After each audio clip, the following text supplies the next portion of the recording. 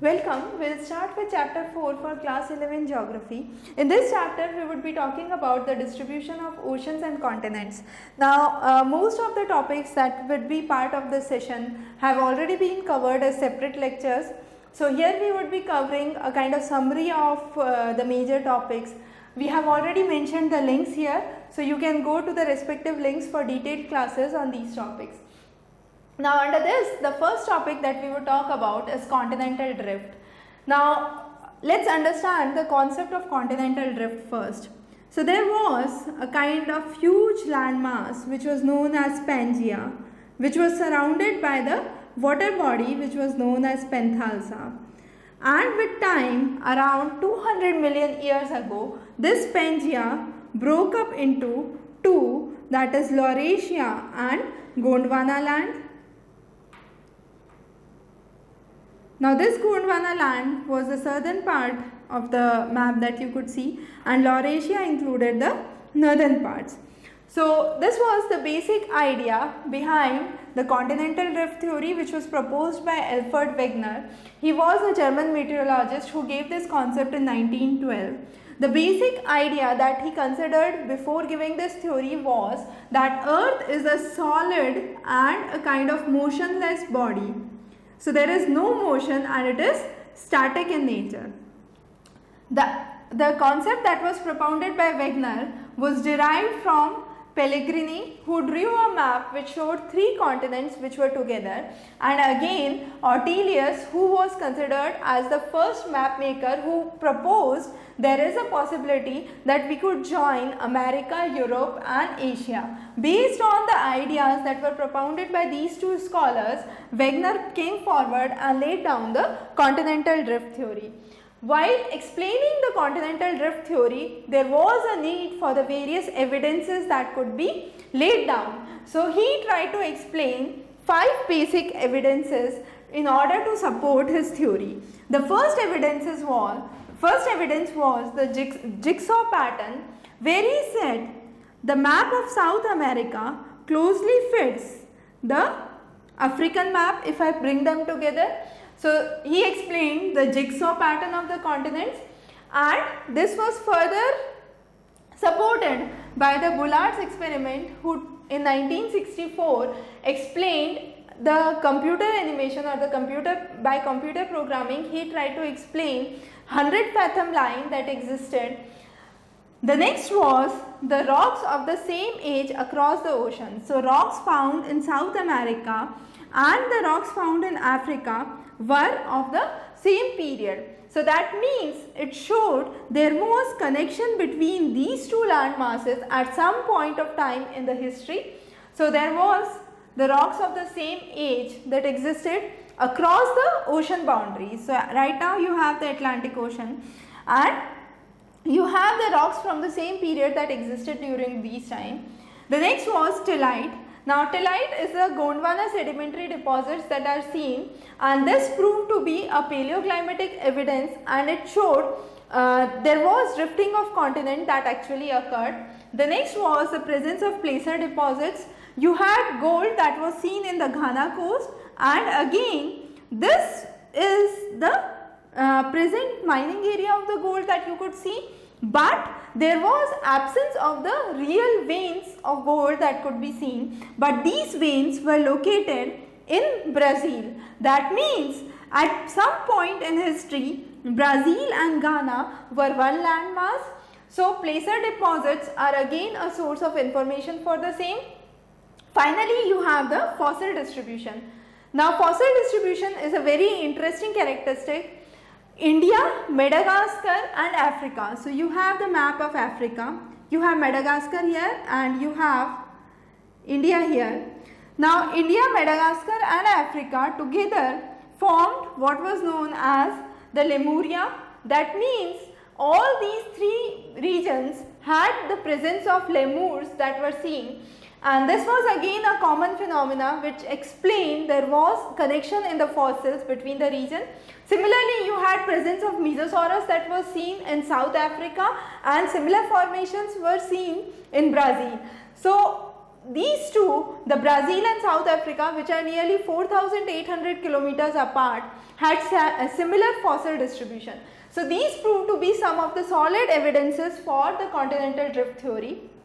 While explaining the continental drift theory, he explained two motions. The first was the poleward motion, that was due to the rotation of the earth, and because of that there was bulge on the equator, and rather than a spherical shape, the earth is considered as an oblate spheroid. So you had more I would say curves towards the equator and flatter towards the poles. So that is the real shape, and because of that the poleward drift was one of the forces that led to continental drift. The other force he explained was the tidal force, that was the attraction between the sun and the moon, which led to tides in the ocean waters, and they were again responsible for the continental drift to occur. However, after the continental drift theory, there were other concepts that came up. One of these was the convection current theory, which was propounded by Holmes. Holmes, under his convection theory, explained that there were convection currents in metal which were caused by various radioactive elements which were present. Now, since there were convection currents in metal, it caused the thermal differences in the metal and ultimately led to drifting or moving of the continents. That showed there was a layer of asthenosphere, or a kind of liquid layer that existed in the metal, and that started with the idea of the dynamic nature of the earth.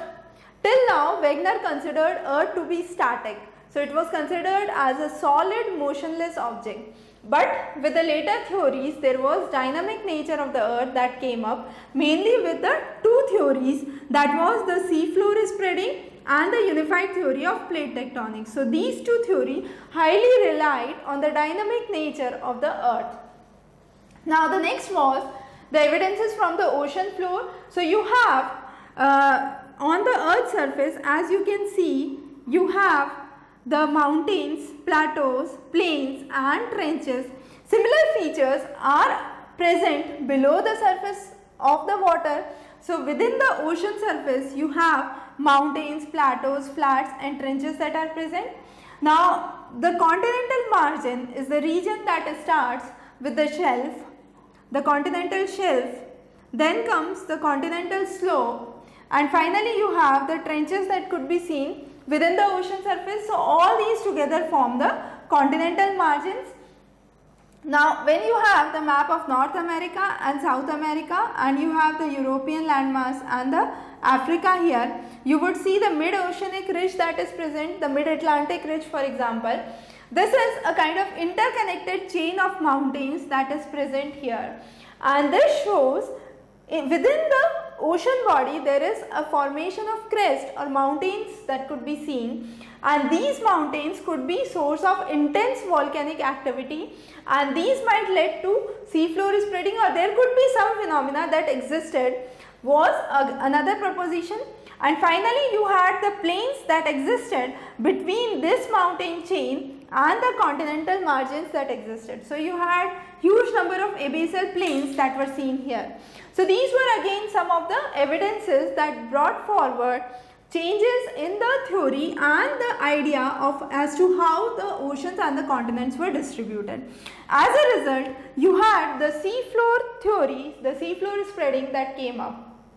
Now this theory explained in simple terms in the mid-Atlantic ridge or the mid-oceanic ridge. You can take any example of it. If we talk about mid-Atlantic ridge, it would be one of the examples of it. So you had volcanic activity that took place. As a result, you had the magma that moved here, and you have hot material that came onto the surface. This led to spreading of the existing landmass. Now rocks were equidistant from the crest on both the sides. So this side and this side, the rocks were equidistant. The newer rocks were close to the mid-Atlantic ridge, because you have new material that is erupting from here. So the newest rocks were closest to the mid-Atlantic ridge. However, as you move farther, you would have the oldest rocks. So that was again the idea that was given under seafloor spreading.